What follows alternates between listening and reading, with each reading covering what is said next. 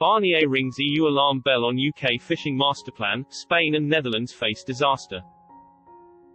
Michel Barnier has accused Britain of wanting to renationalise its fishing industry by imposing tough new rules for ownership of vessels. The Brussels diplomat said this would hit Dutch and Spanish firms that own fishing boats, known as flagships, in the UK the hardest. In a series of private Brussels briefings yesterday, he described this as one of the key sticking points to finding a deal on post-Brexit fishing rights. Mr Barnier told MEPs that UK Brexit envoy Lord Frost had tabled demands amounting to the expropriation of foreign-owned fishing boats. According to a source familiar with the meeting, he said, there are other conditions that they wanted to impose that are very difficult for those two countries.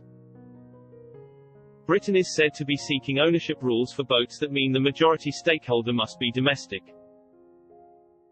The rows over a post-Brexit fishing agreement and the so-called level playing field are holding up progress in the EU-UK trade talks.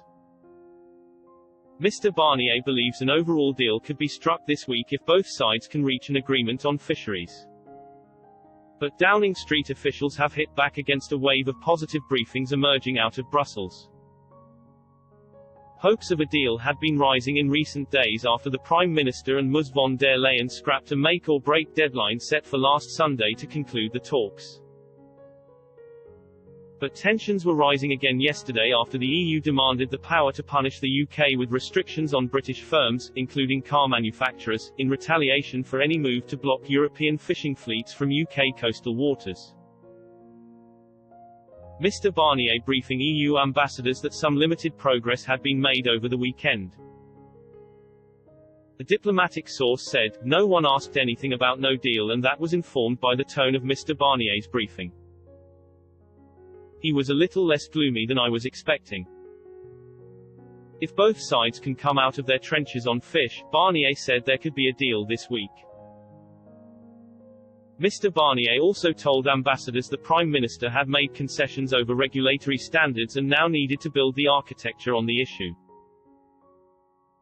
A senior government source accused the EU of briefing inaccurate accounts of the latest developments.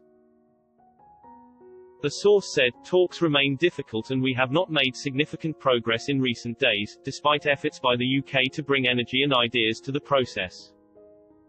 Like any sovereign country, we must have the right to take our own decisions and to choose regulations that suit the UK.